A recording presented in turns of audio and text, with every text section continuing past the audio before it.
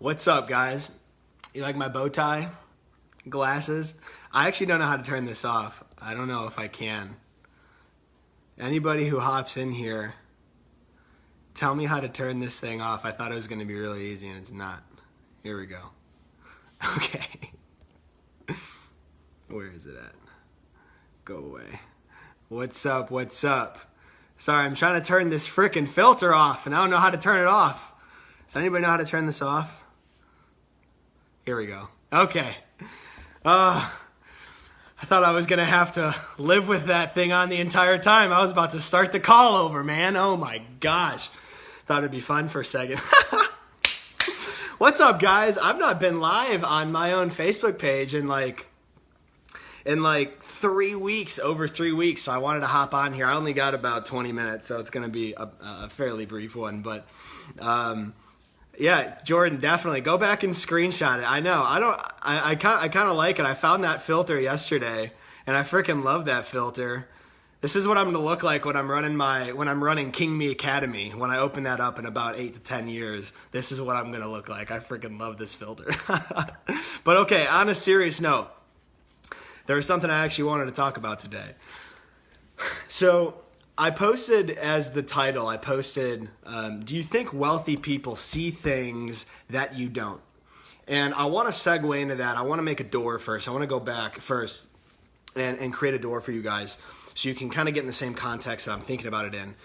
And what that doorway is I find it really interesting, the fact that that people pay doctors, right? People will pay doctors for an expert opinion on their health, right? On the state of their being. People will pay mechanics for an expert opinion on the state of their car. People will pay physical therapists and personal trainers for an expert opinion on their anatomy, on how to fix themselves, how to get into better shape, whatever it may be. But the thing that I find the most interesting is people will not pay a multi-millionaire to mentor them. That is one of the most puzzling things I've ever heard in my life. They'll pay for video games, they'll pay for new clothes, they'll pay to go out to dinner, they will pay for doctors, mechanics, personal trainers, physical therapists, personal shoppers, they'll pay for an Uber driver, but they won't pay a millionaire to teach them how to get rich. That has always blown my mind. I've never understood that. And what I want to talk about is the fact that people pay doctors, they pay mechanics, they pay personal trainers for a specific reason. They pay those people because those people are trained to see things that they themselves are not trained to see, right? A doctor's trained to see things in your body that had you not gone to school for 12, 15 years, you would not be trained to understand what was happening in the body. You haven't gone to tech school, so you don't know how to fix your car, so you pay someone else. You don't know how to get in the shape you want to get in, so you pay a personal trainer because they have the expertise, because they went to school for that thing, right? They are trained to see things that you yourself are not trained to see. That's why you pay them. Now, the interesting contrast that I see here is that wealthy people are also trained to see things in the economy that you and I have not been trained to see.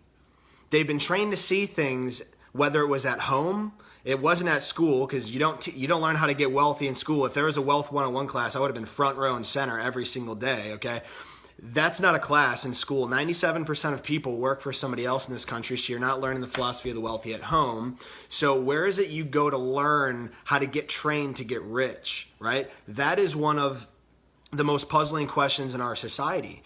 And the thing that interests me is that wealthy people are trained to see things that most people are not trained to see. So why would you not pay someone who's got what you want to teach you how to get what they have? That's always been a question I've had.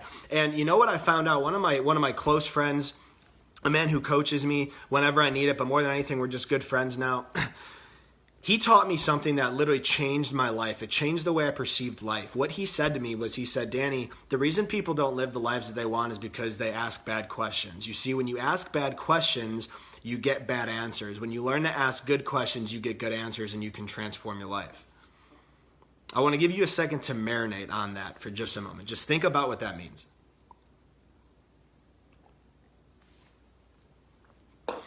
If you ask bad questions, you will get bad answers every single time. Learn to ask better questions and you will begin to get better answers. That is something that one of my close friends and coaches taught me. And this is what I wanted to say, okay, is there is a reason, there is a design, there is intention, there is precision behind riches, behind wealthy individuals. What you need to learn how to do is drop your ego and start asking the people who have what you want how they got it. That's what I did. I stopped asking bad questions. I stopped asking questions like, why wasn't I born into a rich family? Why didn't I grow up in a rich neighborhood? Why didn't I grow up with a guy who could teach me how to make millions? Why didn't I grow up in really good shape? Why didn't I have great genetics to be in really great shape? Why didn't I? I stopped asking those kind of questions. I started asking questions like, how can I? How can I get rich? How can I get in great shape? How can I earn both time and money? How can I escape the rat race? How can I run my own business? How can I win in life? How can I get that girl that I want? How can I get the car I want? How can I impact the lives I want? How can I build the business I want? Start asking better questions and you'll start getting better answers. You know, it's interesting. The way that I came about all of the philosophy that I have is something that so many people laugh at, and it's totally okay. Because people will listen to me speak, and I say this humbly. I give this all to God. I pray for wisdom every single day. I give this all to God. This is not me. But people say all the time how I have such an interesting perspective on business, and how I have such an interesting perspective on this and that, and I have so much wisdom, whatever it is. Here's how that happened. I dropped my ego. I stopped mocking people. I stopped envying people. I stopped laughing at people. I just went out and got it. I saw a guy who had what I wanted. I didn't laugh at him. I didn't mock him. I didn't envy him. I went and got it. I went after it. I wanted to learn how he did what he did. And I dropped my ego. So many people are scared to ask because they want to act like they have it all together. Everybody acts like they have it all together, but statistically speaking, 97% of people don't have a freaking clue, right? Statistically speaking, 97% of people don't have a clue. Like 50% of this economy has like less than $1,500 in their bank account. Right? So when I look at that, I understand that like if you learn how to drop your ego, learn how to drop your pride and start asking better questions, you will get better answers. And so many people laugh at, and this is where I'm expecting the viewer count to cut in half, right? Is many people laugh at the industry of network marketing and they go, oh, network marketing, it's one of those pyramids, it's this, it's that, it's whatever it may be. Here's what I'm going to tell you. It's a $200 billion a year industry that pays out over $200 million a day. It's been around for 140 years. Do you think that people in that industry might know something you don't? If you're criticizing that industry, here's what I'm going to tell you. Stop listening to your Uncle Johnny who doesn't have the life you want and go do your due diligence. There's a good chance it's not for you. There's a good chance it is. Who knows? That's your decision, not mine. But what I would tell you is I learned all of the philosophy of the wealthy. I learned the kingdom principles. I learned how to get rich in this industry.